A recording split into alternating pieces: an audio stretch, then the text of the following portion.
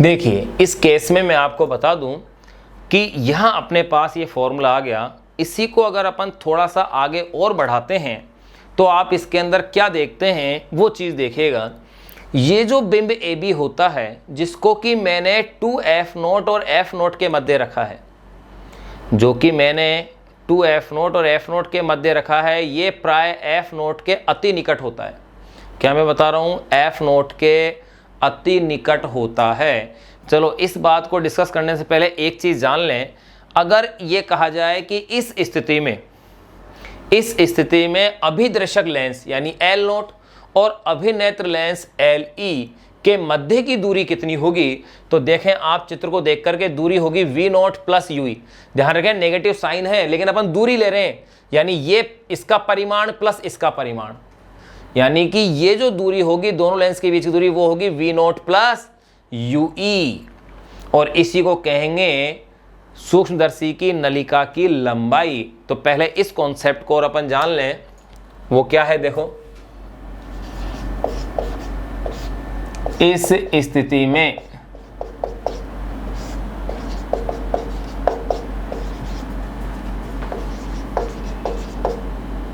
अभिदर्शक lens L0 वे अभिनेत्र lens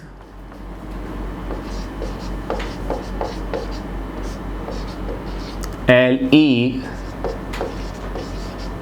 के मध्य की दूरी, इस स्थिति में अभिदर्शक लेंस L0 वे अभिनेत्र लेंस LE के मध्य की दूरी अर्थात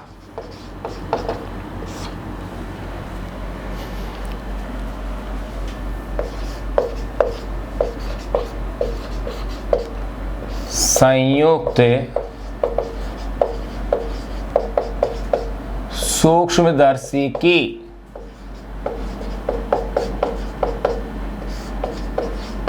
नलिका की लंबाई, संयुक्त सूक्ष्मदर्शी की नलिका की लंबाई कैपिटल L इजिकल टू क्या होगा, V0 का परिमाण प्लस UE का परिमाण, यानी कि मॉडुलस लगा लेंगे। ऋणात्मक चिन्ह है उसमें कोई दिक्कत नहीं, अपन को उनकी वैल्यू पुट करनी है। ये L के लिए अपने पास फॉर्मूला हो जाएगा और ये इक्वेशन नंबर हो जाएगी आपकी 7। ये L का आपके पास फॉर्मूला आ गया है। अब देखिए, अब उस जिस बात को अपन डिस्कस कर रहे थे वहां देखिए होता क्या है। कंपाउंड माइक्रोस्कोप में बिंब AB को f0 के अति निकट रखा जाता है। अगर इसको अपन इसके बिल्कुल पास रख रहे हैं तो यानी कि ये जो दूरी होती है ये क्या है, इसकी फोकस दूरी, जिसे अपन क्या कहेंगे f0, यानी u0 का मान किसके इक्वल हो गया है, f0 के। तो यहाँ ये मैं बात कह देता हूँ, चूंकि बिंब AB को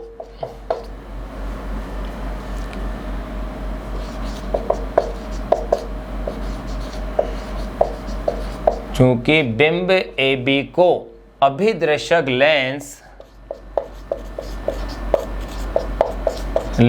के सामने, चूंकि बिंब AB को अभिदर्शक लेंस के सामने f0 के अति निकट।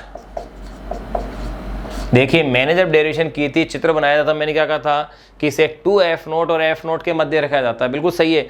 लेकिन इसकी पोजीशन f0 के निकट क्या होती है, ज़्यादा होती है। चूंकि बिंब AB को अभिदर्शक लेंस के सामने f0 के अति निकट रखा जाता है,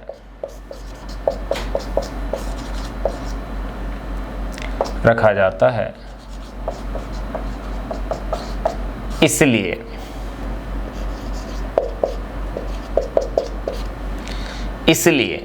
तो आप इस स्थिति में क्या देखेंगे कि जो u0 होगा ये लगभग बराबर उसकी फोकस दूरी f0 के इक्वल हो जाएगा, अप्रॉक्स इसको इक्वल हो जाएगा उसके। तो u0 लगभग बराबर क्या हो गया है, f0 हो गया। फिर दूसरी बात देखिए आप, यहाँ अपन क्या देख रहे हैं कि ये जो लेंस होता है, मैंने क्या कहा कि ये जो प्रतिबिंब ए डैश बी डैश है वो इस दूसरे लेंस जो एल ई है, इस दूसरे लेंस एल ई के फोकस और प्रकाशिक केंद्र के मध्य होता है। फोकस और प्रकाशिक केंद्र के मध्य होने की भी स्थिति में यह है कि ये इस लेंस के अति निकट होता है, और अगर इस लेंस के अति निकट है यानी कि यू ई की वैल्यू क्या हो गई, नगण्य हो गई, क्योंकि ये इसके बिल्कुल पास है।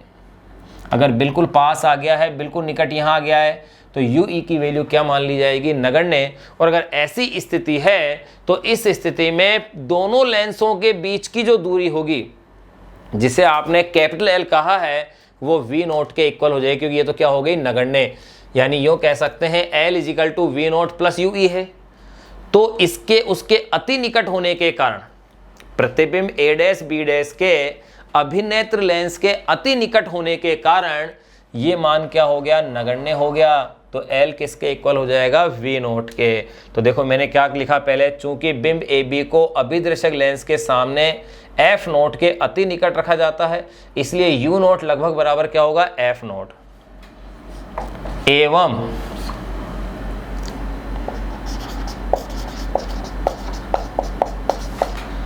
मध्यवर्ती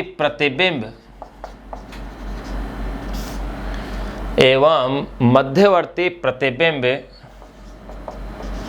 ए डैश बी डैश अभिनेत्र लेंस के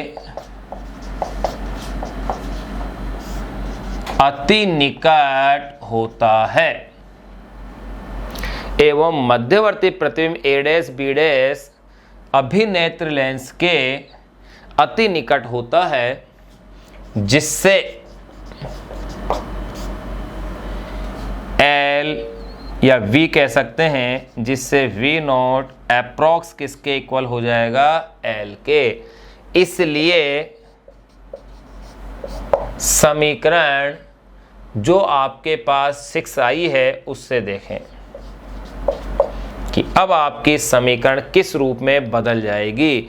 मैंने क्या कहा कि ये अति निकट है F नोट के, तो यानी U नोट की वैल्यू क्या बन जाएगी, F नोट। V नोट की वैल्यू किसके इक्वल हो जाएगी, L के। तो देखो समीकरण 6 से M is equal to formula हो जाएगा माइनस V नोट को क्या लिखेंगे आप, L, लगभग L हो गया। U नोट को क्या लिखेंगे आप, लगभग F नोट। फिर इक्वेशन हो गई है 1 प्लस डी अपॉन में एफ ई।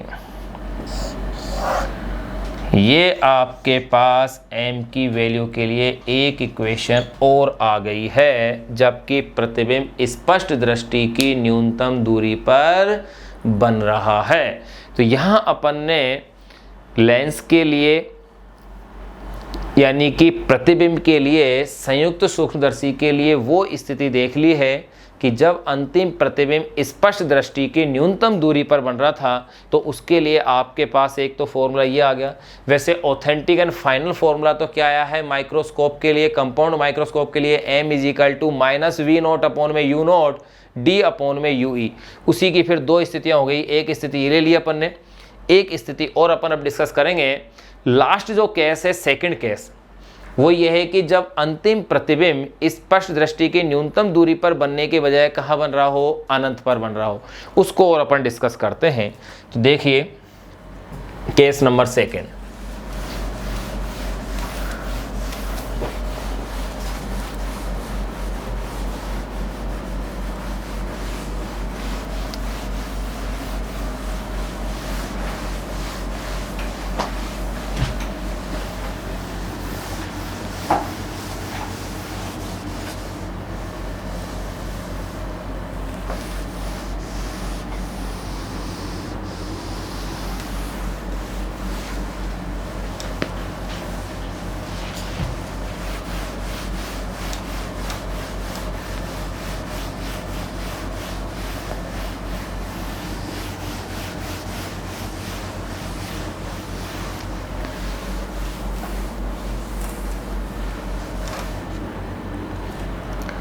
Case number second.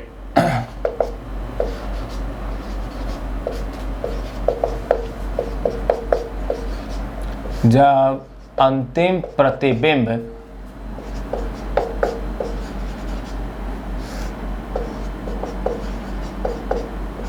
अनंत पर बने। अगर अंतिम प्रतिबिंब अनंत पर बन रहा है तो आपको पता है प्रतिबिंब जब अनंत पर बनता है तो बिंब को कहाँ रखा जाता है, उस लेंस के फोकस पर। अंतिम प्रतिबिंब बन रहा है अभिनेत्र लेंस से अनंत पर, इसका मतलब बिंब अभिनेत्र लेंस के फोकस पर स्थित होगा। तो आप यूँ कह सकते हैं VE is equal to infinity, तो UE की वैल्यू हो जाएगी FE। UE is equal to क्या हो जाएगा, FE हो जाएगा। और ऐसी स्थिति के अंदर आप देखेंगे M is equal to minus V naught upon में U नोट D अपॉन में UE से। इस फॉर्मूले से देखें जो कि आपने संयुक्त सूक्ष्मदर्शी के लिए निकाला है, तो इस फॉर्मूले से M इज इक्वल टू हो जाएगा V नोट की value V note, U note को U नोट रहने दिया, तो D अपॉन में UE की वैल्यू क्या रखेंगे आप, FE। और ये इक्वेशन नंबर आ गई आपके पास 9।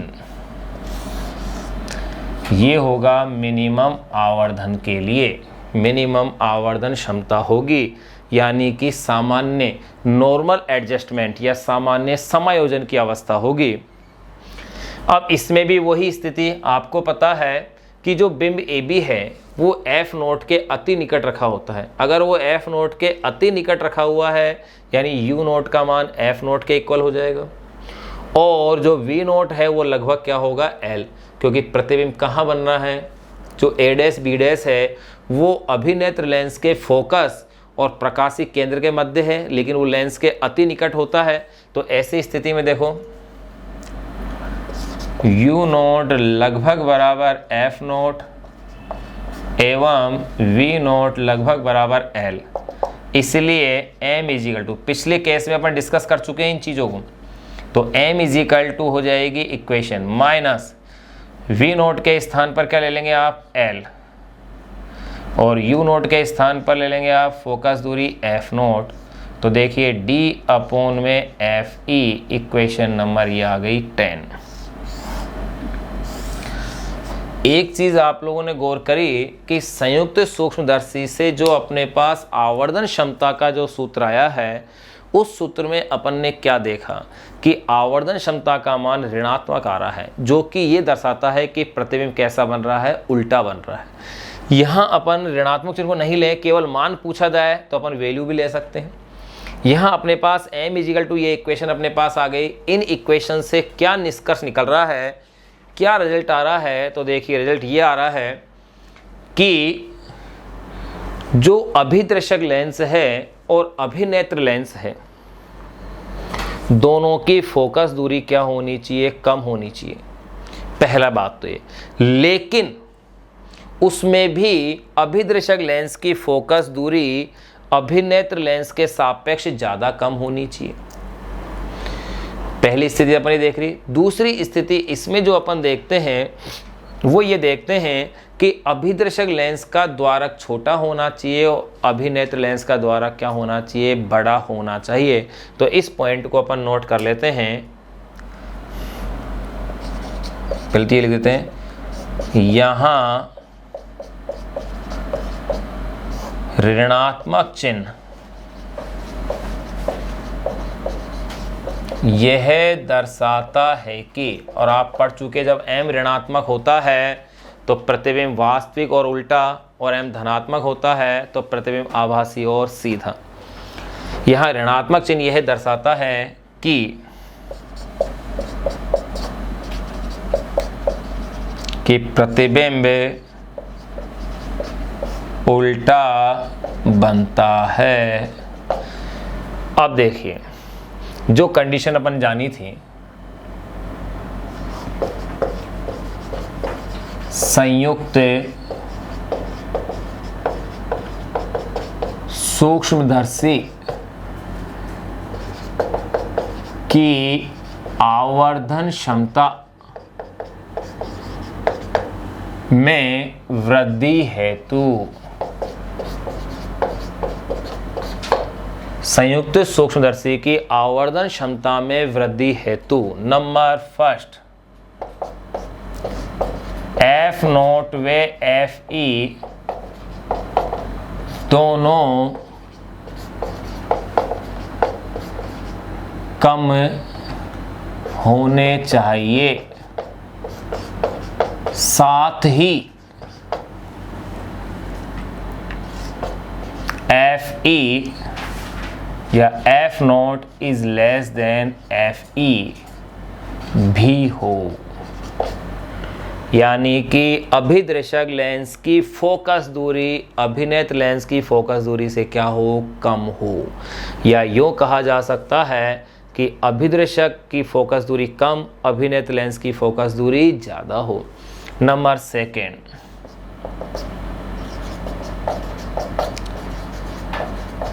अभिदर्शक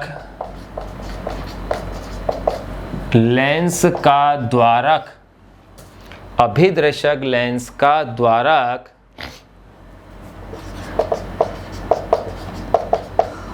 अभिनेत्र लेंस के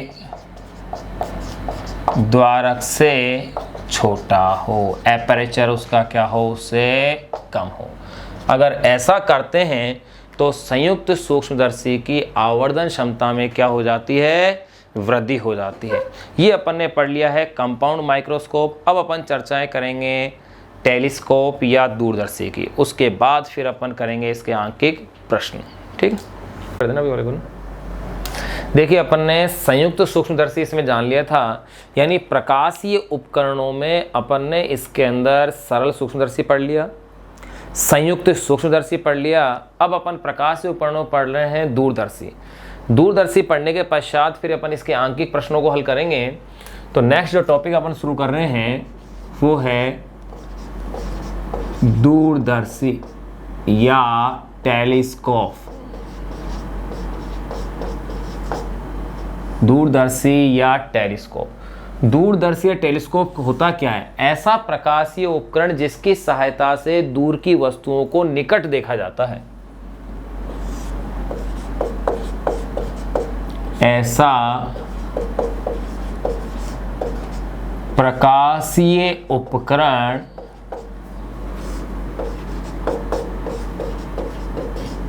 जिसकी सहायता से दूरस्थ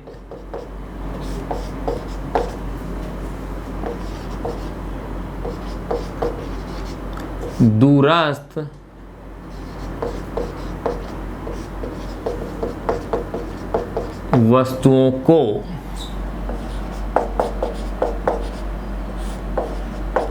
को निकट देखा जाता है। ऐसा प्रकाशीय उपकरण जिसकी सहायता से दूरस्थ वस्तुओं को निकट देखा जाता है।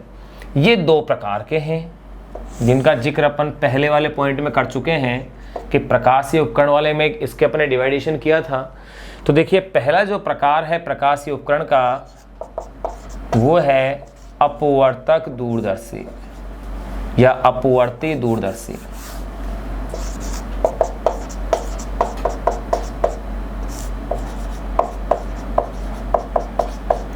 अपवर्ती दूरदर्शी या खगोलीय दूरदर्शी। अपवर्ती दूरदर्शी यानी ऐसा दूरदर्शी जिसमें अभिदर्शक के रूप में, ऐसा दूरदर्शी जिसमें अभिदर्शक के रूप में लेंस का उपयोग किया जाता है और लेंस की कार्य प्रणाली आधारित होती है प्रकाश के अपवर्तन पर। तो देखिए अपवर्ती दूरदर्शी या खगोलीय दूरदर्शी क्या है, इसमें अभिदर्शक के रूप में, इसमें अभिदर्शक के रूप में लेंस को प्रयुक्त किया जाता है।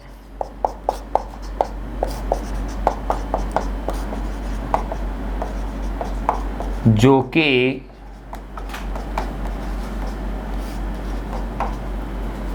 प्रकाश के अपवर्तन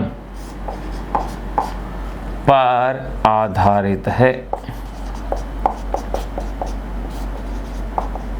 तो ध्यान दें, मैंने क्या पढ़ाया कि दूरदर्शी टेलीस्कोप पढ़ रहे थे अपन। दूरदर्शी टेलीस्कोप ऐसा प्रकाशीय उपकरण जिसकी सहायता से दूरस्थ वस्तुओं को निकट देखा जाता है, वही क्या कहलाता है? दूरदर्शी कहलाता है। ये दो प्रकार के, पहला प्रकार अपन ने क्या लिखा है? अपवर्ती दूरदर्शी या खगोलीय दूरदर्शी। अपवर्ती दूरदर्शी या खगोलीय दूरदर्शी क्या होता है? इसमें अभिदर्शक के रूप में लेंस को प्रयुक्त किया जाता है जो कि प्रकाश के अपवर्तन पर क्या है? आधारित। अगर लेंस अभिदर्शक के रूप में होता है तो दूरदर्शी कहलाता है अपवर्तक दूरदर्शी, और अगर अभिदर्शक के रूप में दर्पण का उपयोग होता है तो यह कहलाता है परावर्ती दूरदर्शी। तो देखिए अगला जो टाइप अपन देख रहे हैं नंबर बी, वो है परावर्ती दूरदर्शी। परावर्ती दूरदर्शी के अंदर भी अगर आप देखें तो देखो इसमें मैंने क्या बताऊंगा, जैसे मैंने इसमें क्या कहा, इसमें अभिदर्शक के रूप में लेंस को प्रयुक्त किया जाता है, तो इसमें अभिदर्शक के रूप में क्या प्रयुक्त होगा? दर्पण।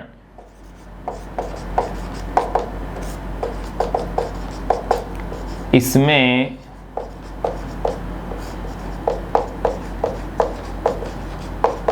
अभिदर्शक के रूप में दर्पण को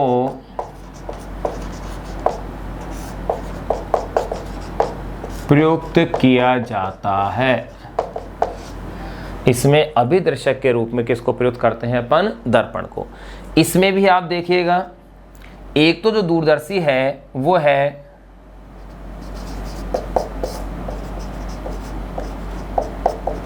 न्यूटोनियन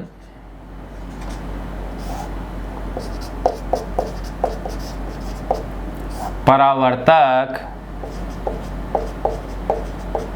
दूरदर्शी, और एक है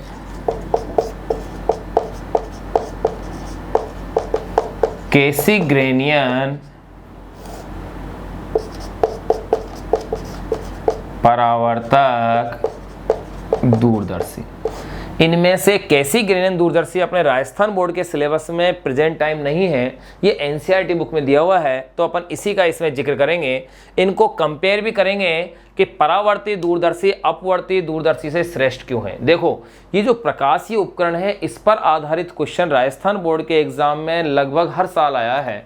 कभी पूछा है संयुक्त सूक्ष्मदर्शी के लिए चित्र पूछ लिया, कभी संयुक्त सूक्ष्मदर्शी के लिए आवर्धन क्षमता के लिए सूत्र निकलवा लिया, कभी स्थितियां जान ली, कभी अपवर्ती दूरदर्शी और परावर्ती दूरदर्शी में से श्रेष्ठता की तुलना कर ली, कभी किसी का चित्र पूछ लिया। 2020 के एग्जाम में भी परावर्ती दूरदर्शी के बारे में आपसे पूछा गया है। यानी कि हर साल जो बोर्ड के एग्जाम्स होती हैं उसके अंदर एक क्वेश्चन इन प्रकाशीय उपकरणों यानी सूक्ष्मदर्शी दूरदर्शी में से निश्चित तौर पर आता है, इसलिए आप इसे अच्छे से इसे प्रिपेयर करें। अब देखिए एक एक करके अपन इनको जानते हैं।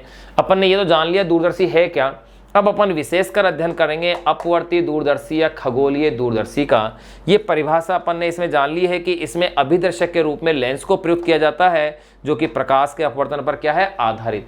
तो ऐसा दूरदर्शी जिसमें अभिदर्शक के रूप में लेंस प्रयुक्त होता है अपवर्ती दूरदर्शी कहलाता है। तो अब इसको जानते हैं।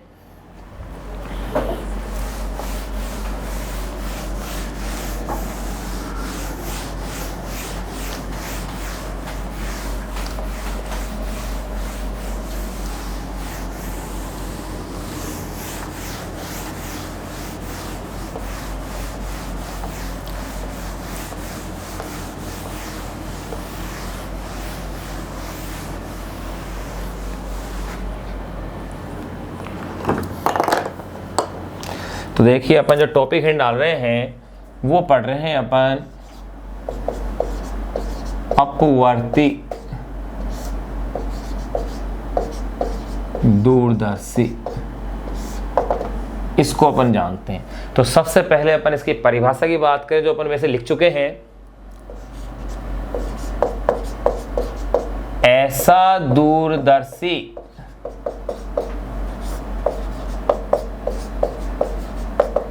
जिसमें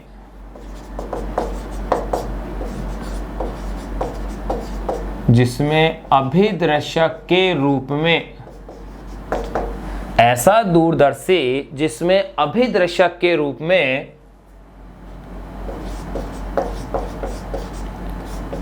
लेंस का या लेंस को प्रयुक्त किया जाए,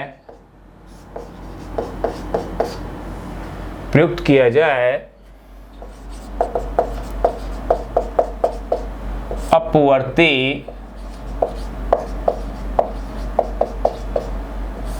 दूरदर्शी कहलाता है। ये अपन ने इसकी परिभाषा दे दी कि होता क्या है। फिर अगर अपन ये जाने कि इसकी बनावट या इसकी रचना क्या है, तो देखिए रचना, कंस्ट्रक्शन। रचना जो आपने संयुक्त सूक्ष्मदर्शी में पढ़ी है, ठीक उसी प्रकार की रचना इसकी है। बस इतना सा ध्यान रखना है कि संयुक्त सूक्ष्मदर्शी में अभिदृश्यक जो लेंस था वो छोटे द्वारक का था और अभिनेत्र लेंस बड़े द्वारक का था, लेकिन अपवर्ती दूरदर्शी के अंदर अभिदृश्यक जो लेंस होगा वो बड़े द्वारक का होगा, ताकि उसमें ज़्यादा प्रकाश प्रवेश कर सके और प्रतिबिंब चमकीला बन सके और उसकी विभेदन क्षमता भी ज़्यादा अच्छी आए, इसलिए उसको बड़े द्वारक का बनाया जाता है।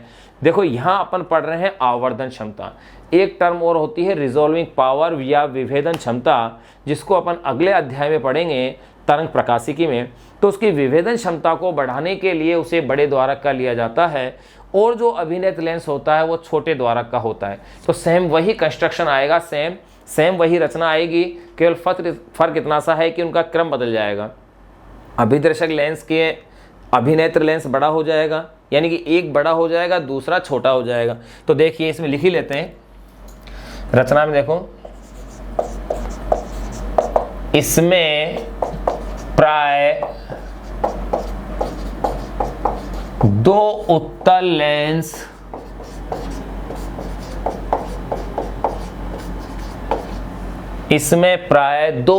लेंस होते हैं जो कि एक नलिका के सिरों पर समाक्षतः लगे होते हैं, जो कि एक नलिका के सिरों पर समाक्षतः लगे होते हैं।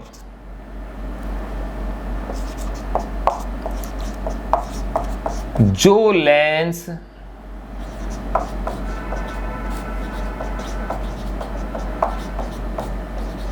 वस्तु की ओर होता है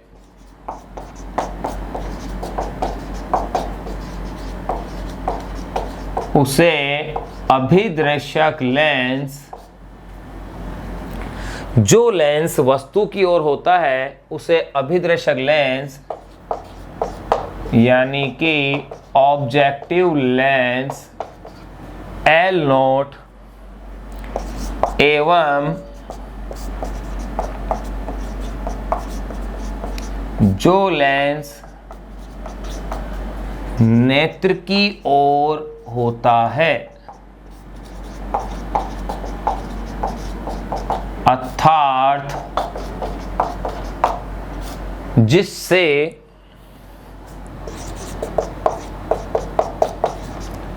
अंतिम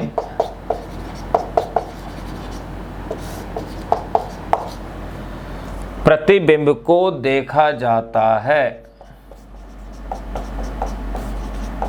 तो मैंने क्या कहा, इसमें प्राय दो उत्तल लेंस होते हैं जो कि एक नलिका के सिरों पर समाक्षतः लगे होते हैं, एक इस सिरे पर होगा एक इस सिरे पर लगा हुआ होगा। जो लेंस वस्तु की ओर होता है उसे अभिदर्शक लेंस या ऑब्जेक्टिव लेंस L0 कहते हैं, एवं जो लेंस नेत्र की ओर होता है अर्थात जिससे अंतिम प्रतिबिंब को देखा जाता है अभिनेत्र लेंस LE कहलाता है। अभिनेत्र लेंस LE कहलाता है। इसमें देखें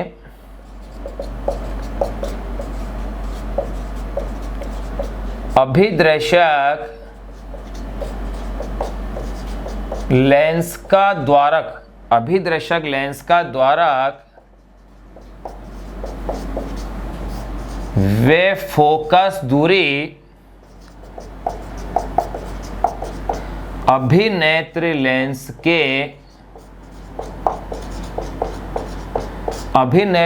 के द्वारक वे फोकस दूरी, अभिदर्शक लेंस का द्वारक वे फोकस दूरी अभिनेत्र लेंस के द्वारक वे फोकस दूरी की अपेक्षा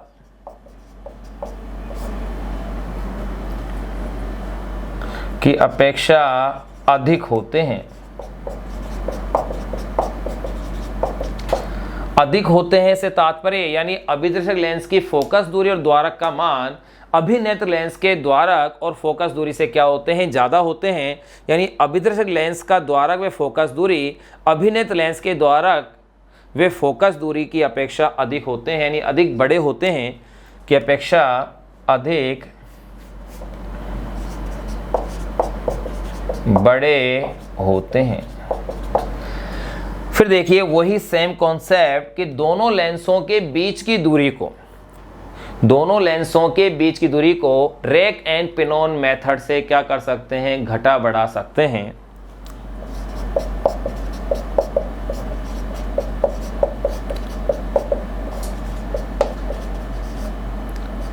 दोनों लेंसों के बीच की दूरी को दंड चक्रीय प्रक्रम विधि,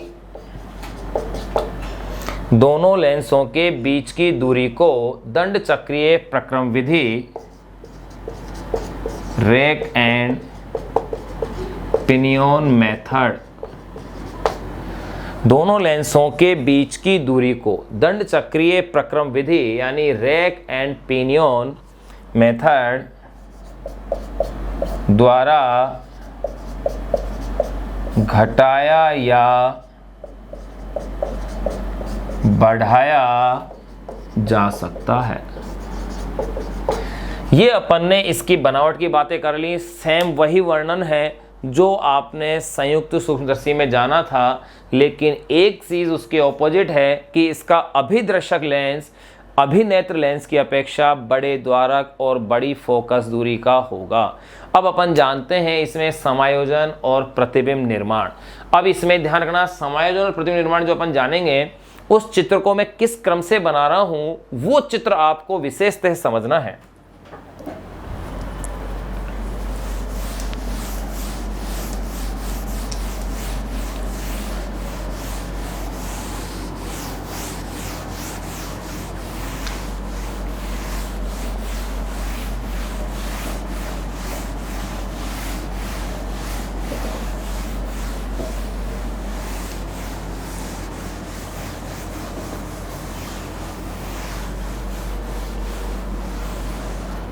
देखिए इससे प्रतिबिंब निर्माण या समायोजन,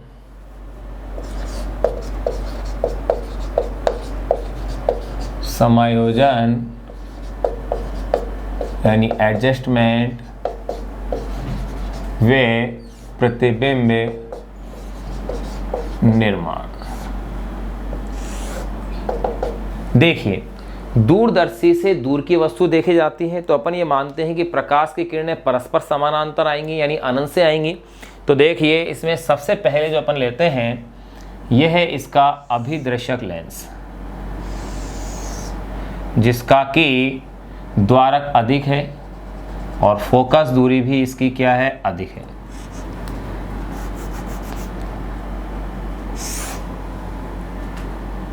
ये इसका प्रकाशिक केंद्र हो गया है आपके पास O1। देखिए अगर बहुत अधिक दूरी से प्रकाश की किरणें आ रही हैं तो वो किरणें होंगी परस्पर समानांतर। तो एक किरण जैसे यूं ले लें आप समानांतर, एक यूं ले लें और एक यूं ले लें। जो प्रकाश, जैसे एक प्रकाश की किरण मैंने मान लिया कि ये आ रही है, एक प्रकाश की किरण ये आ रही है और एक प्रकाश की किरण ये आ रही है। मैंने तीन किरणें ले ली, कोई सी भी दो किरण अपन काम में ले सकते हैं। आप जानते हो कि जो प्रकाश की किरण लेंस के प्रकाशिक केंद्र से गुजरेगी उसको तो आप सीधा गुजार दीजिए, उसमें कोई परिवर्तन नहीं करना है, वो बिना किसी परिवर्तन के गुजर जाएगी। और जो प्रकाश की किरण लेंस के प्रथम फोकस से होके गुजरेगी, या आपने पढ़ रखा है गुजरती प्रतीत होती है, वो लेंस से अपवर्तन के पश्चात मुख्य अक्ष के समानांतर हो जाती है। यानी ये प्रकाश की किरण इस प्रकार से यूँ चली जाएगी। अगर ये प्रकाश की किरण इस प्रकार से यूँ जाती है तो देखिए यहाँ ये इसने इस किरण को यहाँ क्रॉस किया है, यानी कि प्रतिबिंब का निर्माण यहाँ आप क्या हो जाएगा, ए डैश बी डैश। ये आपके पास यहाँ प्रतिबिंब निर्माण हो गया है। ये जो प्रतिबिंब, मैंने क्या माना है कि अनंत पर कोई वस्तु है जिसका नाम है ए बी। मैं कोई सी भी दो किरण ले सकता हूँ, इन तीन में से मैंने दो से बना लिया, इन दो का उपयोग कर लिया, इसका भी कर सकते थे अपन। जो प्रकाश की किरण प्रकाशिक केंद्र से गुजारी थी अपन ने बिना किसी परिवर्तन के, वो चली गई है। दूसरी प्रकाश की किरण जो कि मैंने इसके प्रकाशिक केंद्र से गुजारी है, प्रथम फोकस से गुजारी है, वो लेंस से अपवर्तन के पश्चात मुख्य अक्ष के क्या हो गई, ये समानांतर। देखिए इसे एक बार फिर से मैं बना के आपको बता दूं ताकि आप इस स्टेप को समझ सकें।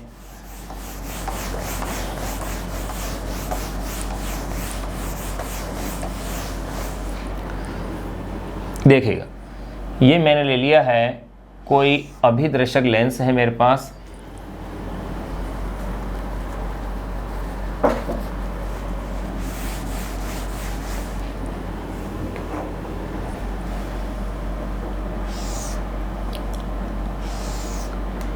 ये मेरे पास कोई अभिदर्शक लेंस है।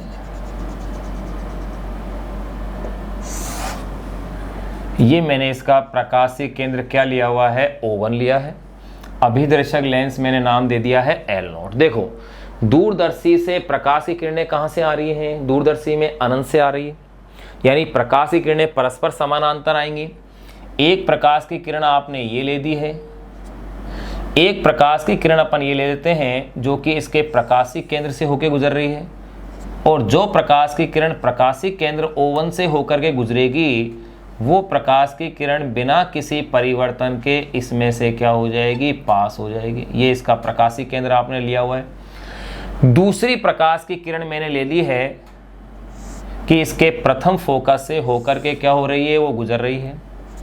अगर ये प्रथम फोकस से होकर अगर कोई प्रकाश की किरण इसमें से गुजरती है तो आपको पता है कि जो प्रकाश की किरण प्रथम फोकस से होकर गुजरेगी वो लेंस से अपवर्तन के पश्चात मुख्य अक्ष के समानांतर हो जाएगी। यानी कि ये प्रकाश की किरण यहाँ इससे अगर मिल रही है तो यहाँ इसका प्रतिबिंब का क्या हो जाएगा, निर्माण हो जाएगा, और ये प्रतिबिंब बन गया है ए डैश बी डैश। अगर कोई बिंब अनंत पर है, कोई बिंब ए बी है, तो उसका ए डैश बी डैश यानी वास्तविक और उल्टा प्रतिबिंब बन जाता है। ये प्रतिबिंब अभिनेत्र लेंस के लिए बिंब का कार्य करता है, और दोनों लेंसों के बीच की दूरी इस प्रकार समायोजित अपन करते हैं कि ये जो ए डैश बी डैश है वो अभिनेत्र लेंस के फोकस और प्रकाशिक केंद्र के मध्य आ जाए, ताकि जिधर बिंब है उसी की ओर इसका आवर्धित प्रतिबिंब अपन को प्राप्त हो सके। तो ये स्थिति आपके पास बन जाएगी।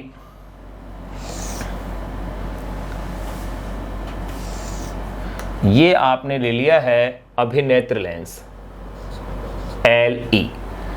ये था आपके पास अभिदर्शक लेंस। ये लेंस बड़ा है और ये लेंस इसके सापेक्ष क्या है, छोटा है।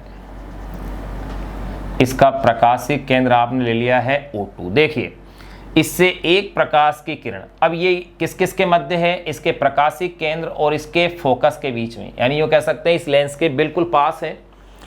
अब ये प्रकाश की किरण एक तो आप यहां से गुजार दीजिए, जो प्रकाशिक केंद्र से प्रकाशिक किरण गुजरेगी वो बिना किसी परिवर्तन के इसमें चल जाएगी, और जो प्रकाश की किरण मुख्य अक्ष के समानांतर होगी वो सदैव इसके कहां से गुजरेगी, फोकस से। तो देखो इसके फोकस से गुजार दीजिए, ये दूसरी किरण। अब आप क्या देख रहे हैं कि आफ्टर रिफ्रैक्शन इन किरणों के बीच की दूरी बढ़ रही है, यानी कभी भी ये आपस में मिलेंगी नहीं, लेकिन अगर पीछे बढ़ाते हैं तो इनके बीच की दूरी कम हो रही है, यानी पीछे कहीं ना कहीं ये किरणें परस्पर मिलेंगी। जहां ये किरणें मिलेंगी वहीं पर किसका निर्माण कर देंगे आप? प्रतिबिंब का निर्माण हो जाएगा। यहां आपने ये कर दिया है प्रतिबिंब का निर्माण। तो देखो इसी किरण को आप थोड़ा यूं भी ले सकते हैं, अगर प्रतिबिंब को इस ओर खिसकाना चाहें तो ये स्थिति ये भी बन सकती है।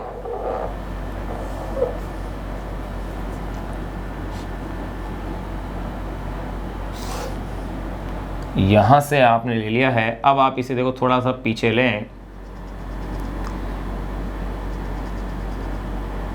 कहीं ना कहीं मिल रही है।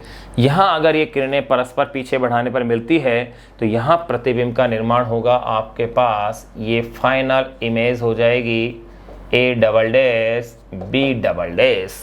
ये आपने प्रतिबिंब निर्माण कर लिया है। आप इस किरण का उपयोग करके भी इसे बना सकते हैं और इसकी आवश्यकता है नहीं, क्योंकि अपन 2 किरणों से ही आपके पास प्रतिबिंब का निर्माण हो जाता है।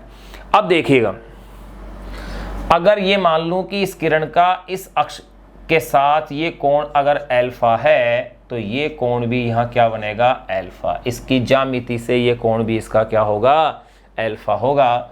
और ये कोण यहाँ होगा आपके पास बीटा। फिर देखिए बिंब की स्थिति क्या है? कहाँ पर है भाई बिंब? प्रकाश की किरणें परस्पर समानांतर आ रही हैं। कहाँ से आ रही हैं? ये अनंत से आ रही हैं।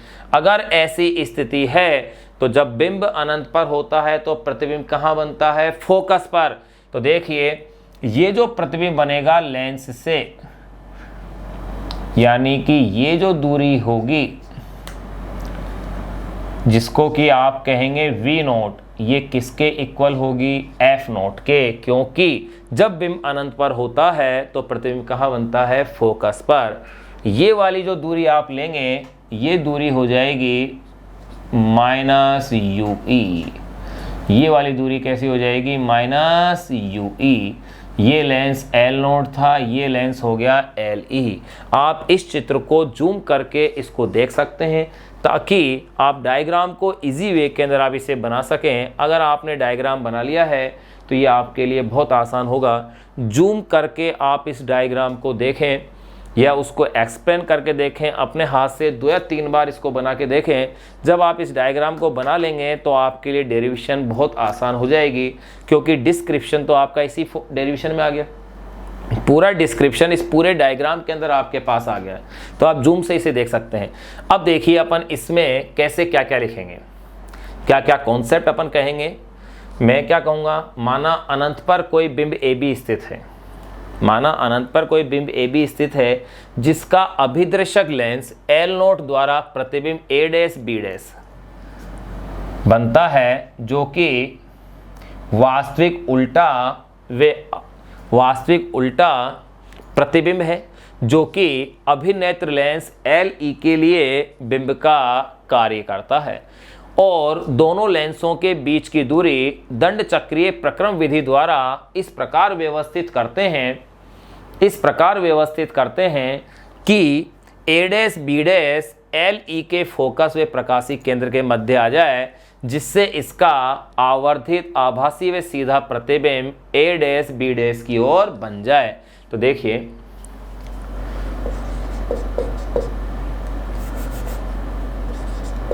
यदि अनंत पर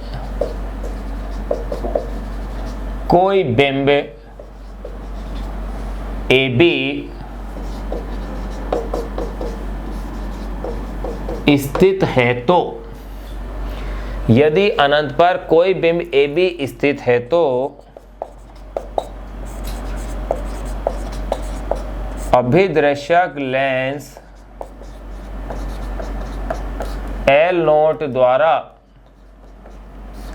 उसका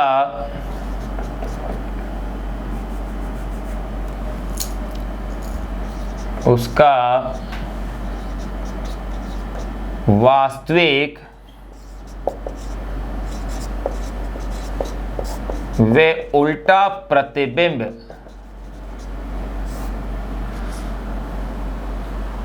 अभिदर्शक लेंस L0 द्वारा उसका वास्तविक व उल्टा प्रतिबिंब A', B' बनता है। जिसे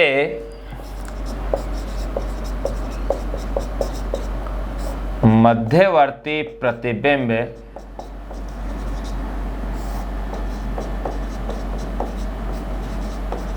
कहते हैं।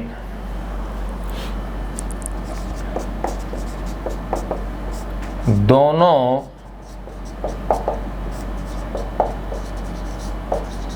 लेंसों के बीच की दूरी को इस प्रकार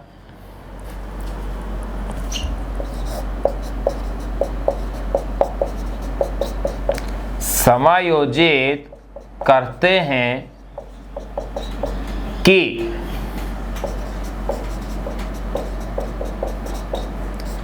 मध्यवर्ती प्रतिबिंब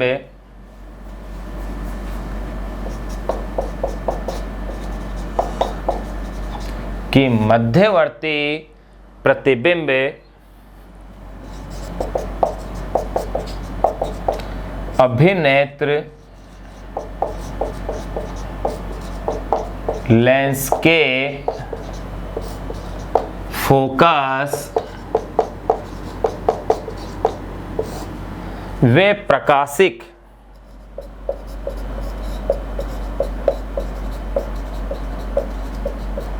के मध्य आ जाए, कि मध्यवर्ती प्रतिबिंब अभिनेत लेंस के फोकस व प्रकाशिक केंद्र के मध्य आ जाए, जिससे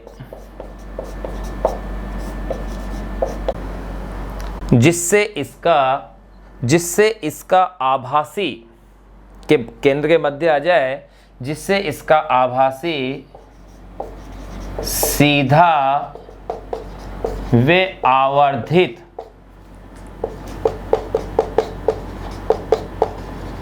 प्रतिबिंब। तो देखिए मैंने क्या कहा, अभिदर्शक लेंस द्वारा बनता है। दोनों लेंसों के बीच की दूरी को इस प्रकार समायोजित करते हैं कि मध्यवर्ती प्रतिबिंब अभिनेत लेंस के फोकस वे प्रकाशिक केंद्र के मध्य आ जाए, जिससे इसका आभासी सीधा व आवर्धित प्रतिबिंब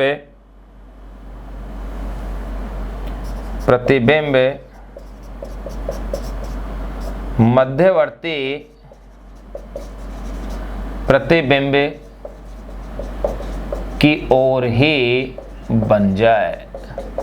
ये अपन ने समायोजन और प्रतिबिंब निर्माण अपन ने जान लिया है। मैं फिर बता रहा हूं कि डायग्राम आपको पता होना चाहिए किस क्रम से, किस सीक्वेंस से अपन बना रहे हैं।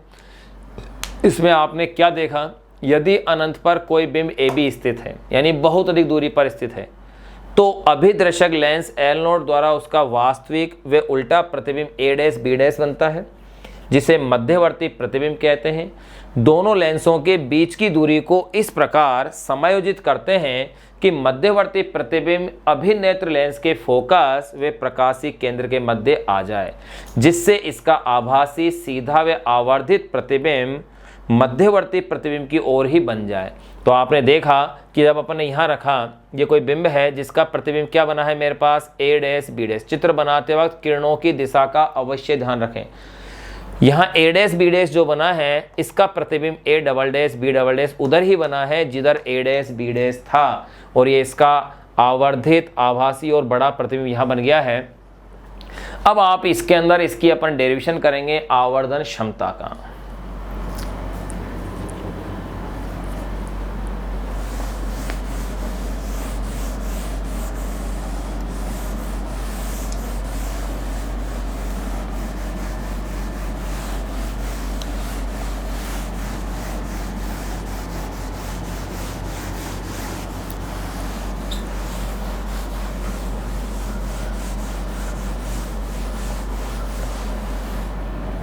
तो देखिए अब अपन इसमें डेरिवेशन कर रहे हैं, वो है आवर्धन। तो देखिए अपन ने इसमें डायग्राम से प्रतिबिंब का निर्माण सीख लिया था। अब अपन जानते हैं दूरदर्शी के लिए आवर्धन क्षमता का सूत्र निकालते हैं। देखिए आवर्धन क्षमता, इसके लिए डेरिवेशन कर रहे हैं। तो आवर्धन क्षमता की परिभाषा अपन कई बार लिख चुके कि आवर्धन क्षमता को अगर मैं m से दर्शाऊं तो m के लिए क्या फॉर्मूला होगा। तो देखो m = होगा अंतिम प्रतिबिंब द्वारा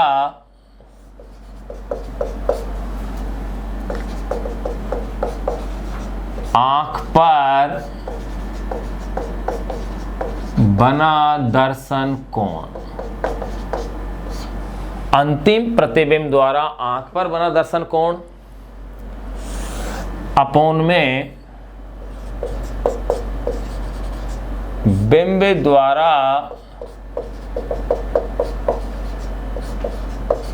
आंख पर बना दर्शन कोण। और अंतिम प्रतिबिंब द्वारा बने कोण को अगर आप बीटा से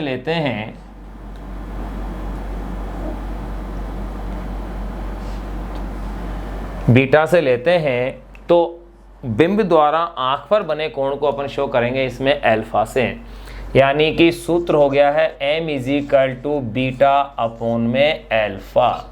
ये अपने पास आवर्धन क्षमता का सूत्र आ गया है। अब यहां फिर ध्यान देने की बात क्या है, देखो वही तरीका कि बीटा और अल्फा के अल्प होने पर इसे आप किसके रूप में लिखेंगे, tan के रूप में। तो देखिएगा बीटा व अल्फा के अल्प होने पर,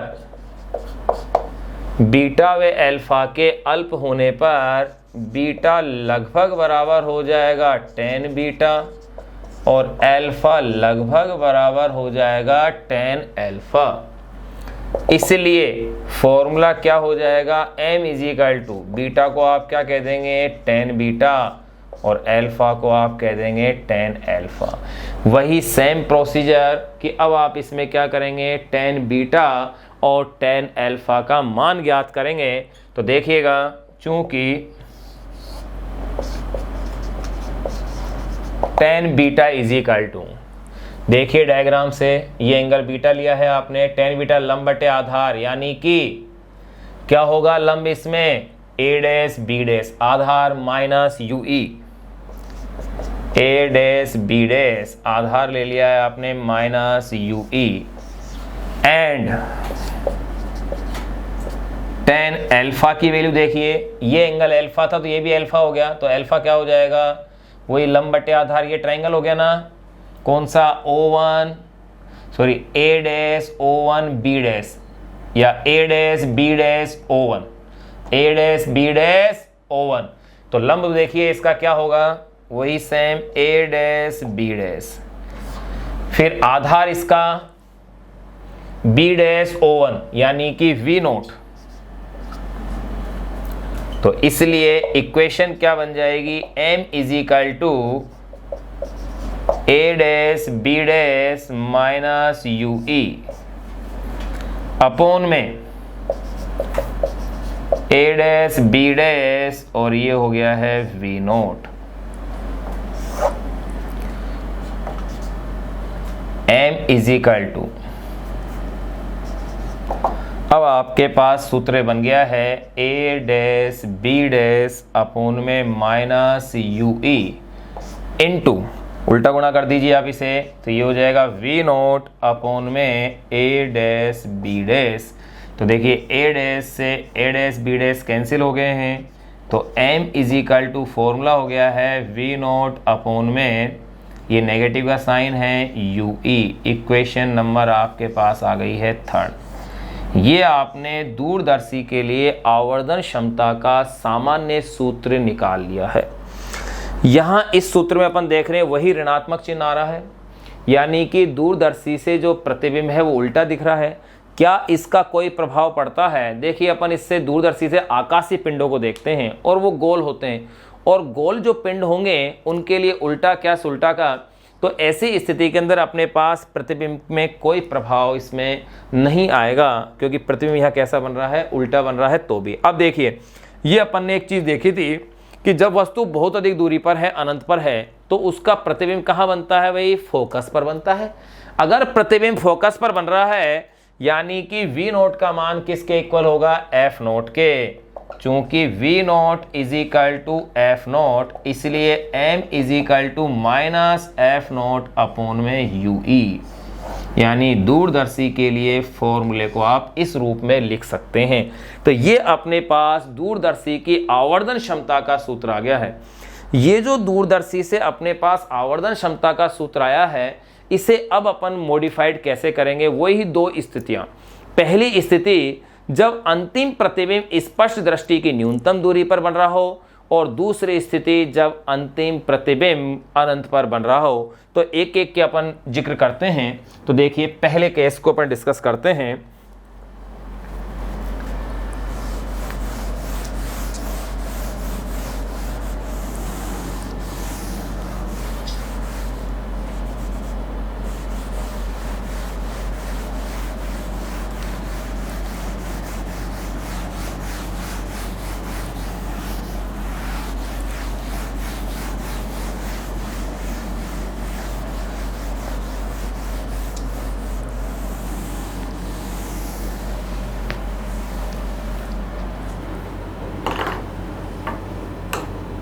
देखिए आपके पास आवर्धन क्षमता का सूत्र ये आ गया था, -F0/UE। इक्वेशन नंबर ये थी आपकी 4। अब अपन जान रहे हैं विशेष स्थितियां, यानी स्पेशल केसेस। विशेष स्थितियां।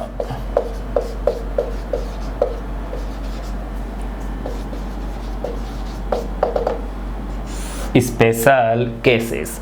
इसमें नंबर 1 मैं यहां लिख रहा हूं, जब अंतिम प्रतिबिंब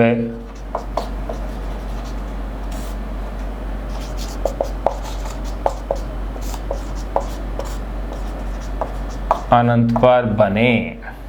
यहां इसके लिए अब अपन को आवर्धन क्षमता का सूत्र निकालना है। तो देखिए वही तरीका, अंतिम प्रतिबिंब किससे बनेगा? अभिनेत्र लेंस से। और अभिनेत्र लेंस से अगर अंतिम प्रतिबिंब बन रहा है, और जब अंतिम प्रतिबिंब कहाँ बन रहा है, सॉरी अनंत का नहीं, पहले अपन केस लेंगे स्पष्ट दृष्टि की न्यूनतम दूरी पर। जब अंतिम प्रतिबिंब स्पष्ट दृष्टि की न्यूनतम दूरी पर बने। अनंत वाले केस को अपन इसके बाद डिस्कस करेंगे कि अंतिम प्रतिबिंब अगर अनंत पर बन रहा हो, उस केस को अपन डिस्कस करेंगे इस केस के बाद। तो पहले अपन इसे जान लेते हैं कि जब अंतिम प्रतिबिंब स्पष्ट दृष्टि की न्यूनतम दूरी पर बने। अंतिम प्रतिबिंब किससे बन रहा है? अभिनेत्र लेंस से बन रहा है। अगर अभिनेत्र लेंस से अंतिम प्रतिबिंब बन रहा है तो आप इसके लिए वही लेंस सूत्र से अपन मान ज्ञात कर सकते हैं। आपको पता है क्या ज्ञात करना है। पहले आप D/UE ज्ञात करते थे, जो सूक्ष्मदर्शी पढ़े थे अपन उसमें, और यहाँ क्या ज्ञात करना पड़ेगा? F0/UE। इसका मान आपको निकालना पड़ेगा। तो देखिए लेंस सूत्र सेम वही प्रोसीजर है। क्या है लेंस सूत्र? 1/V - 1/U = 1/F से। लेंस सूत्र 1/V - 1/U = 1/F से अभिनेत्र लेंस के लिए लेंस सूत्र 1/V - 1/U = 1/F से। किसके लिए? अभिनेत्र लेंस के लिए। देखिएगा V कहां बन रहा है? अंतिम प्रतिबिंब स्पष्ट दृष्टि की न्यूनतम दूरी पर। स्पष्ट दृष्टि की न्यूनतम दूरी क्या हो गई? -D। फिर किस लेंस से बन रहा है? अभिनेत्र लेंस से। तो इसके लिए बिंब दूरी क्या हो गई? -UE। भाई यहां तो माइनस था ही, U की वैल्यू किस में आएगी? नेगेटिव साइन के साथ आएगी, = फिर आ जाओ F। कौन सा लेंस है? अभिनेत्र लेंस है। अभिनेत्र लेंस है तो इसकी फोकस दूरी ली जाएगी FE। फिर देखिए इसके बाद के स्टेप को मैं यहां सोल्व कर रहा हूं। ये हो जाएगा -1/D प्लस 1/UE = 1/FE। ये मेरे पास फॉर्मूला आ गया है। अब ध्यान देने की बात क्या है, मुझे इसके रूप में चाहिए, यानी कि F0/UE की वैल्यू निकालनी है। तो UE मेरे पास है। अगर इस पूरी समीकरण को मैं किससे गुणा कर दूं? F0 से। संयुक्त सूक्ष्मदर्शी, सरल सूक्ष्मदर्शी, वहां आपने किससे गुणा किया था? डी से। क्यों किया था? क्योंकि वहां डी अपोन में यूई था। यहां क्या है? एफ नोट अपोन में यूई। तो आप किससे गुणा करेंगे पूरी समीकरण को? एफ नोट से।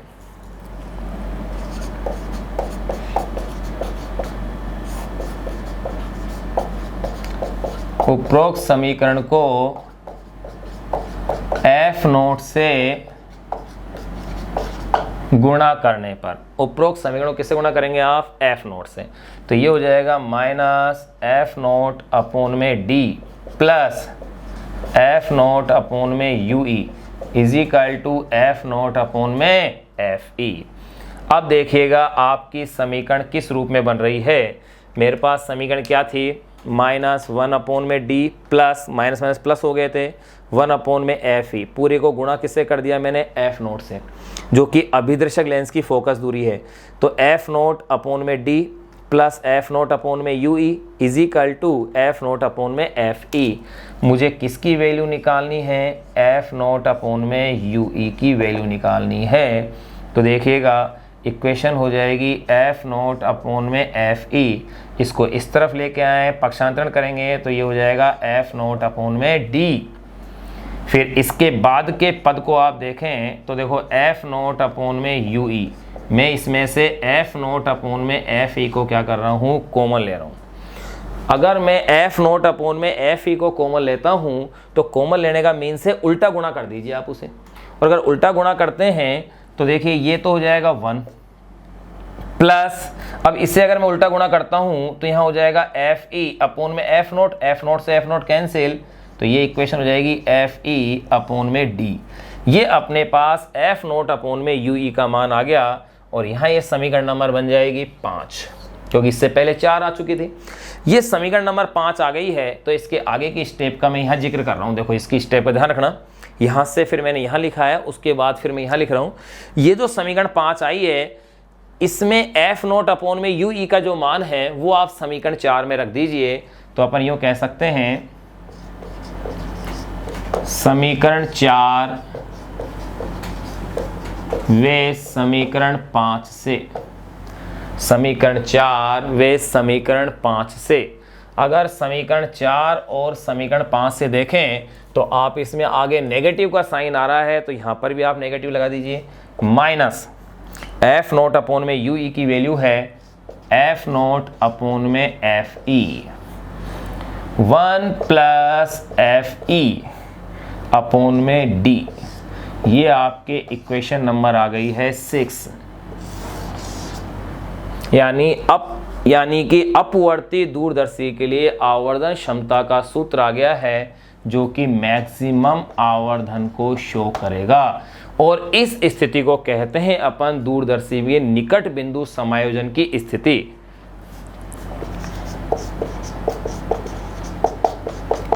इस स्थिति में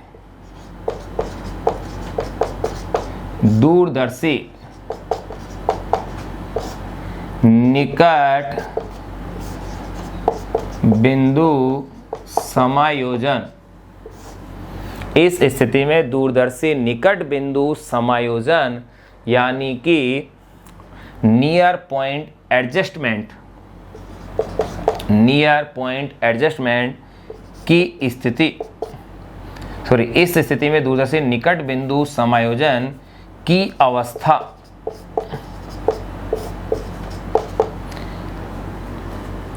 अवस्था में कहलाता है,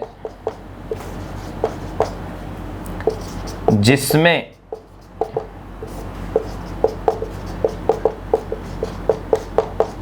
दोनों लेंसों के बीच की दूरी, जिसमें दोनों लेंसों के बीच की दूरी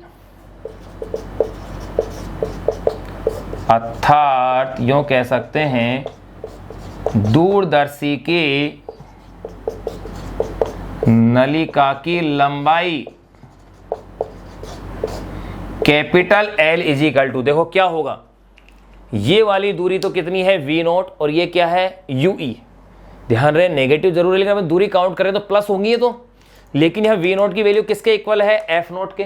तो यानी इस स्थिति में नलिका की लंबाई जो होगी L is equal to F naught plus UE, ये आपके पास आ गई है इक्वेशन नंबर 7। इस स्थिति के अंदर जो आपके पास नलिका की लंबाई या दोनों लेंस कौन से हैं, अभिदर्शक लेंस और अभिनेत्र लेंस, उनके बीच की दूरी वो होगी एफ नोट प्लस यूई, और इस स्थिति को कहा जाता है नियर पॉइंट एडजस्टमेंट, निकट बिंदु समायोजन। ये अपन ने पहला केस जान लिया विशेष स्थितियों के अंदर। तो इसमें अपन ने कैसे किया वो चीज़ देखिए। अपन ने इसके अंदर ऐसे किया कि लेंस सूत्र को काम में लिया, 1/v minus 1/u is equal to 1/f। फिर इसको इस सूत्र को यूज किया अभिनेत्र लेंस के लिए, जिसमें v की वैल्यू आपने माइनस डी ली, u की वैल्यू माइनस यू ई ली और f की वैल्यू एफ ई ली। फिर जो पद अपने पास आया उस पूरे पद को आपने गुणा कर दिया था f नोट से। फिर उसके लास्ट इक्वेशन में आपने f नोट अपॉन में एफ ई को यहाँ कॉमन ले लिया। ये आपके पास इक्वेशन आ गई। इस इक्वेशन 5 की वैल्यू को आपने इक्वेशन 4 में रखा तो आपके पास मैग्नीफाइंग पावर यानी दूरदर्शी की आवर्धन क्षमता का सूत्र अपने पास ये यहाँ पर आ गया, जो कि मैक्सिमम आवर्धन को दर्शा रहा था। और इस स्थिति में दूरदर्शी निकट बिंदु समायोजन की अवस्था में कहलाता है, जिसमें दोनों लेंसों के बीच की दूरी अर्थात दूरदर्शी की नलिका की लंबाई capital L is equal to F naught plus U E होगी। ये अपन ने इसमें मान निकाल लिया। अब अगली जो स्थिति है कि जब अंतिम प्रतिबिंब कहाँ बन रहा हो, अनंत पर।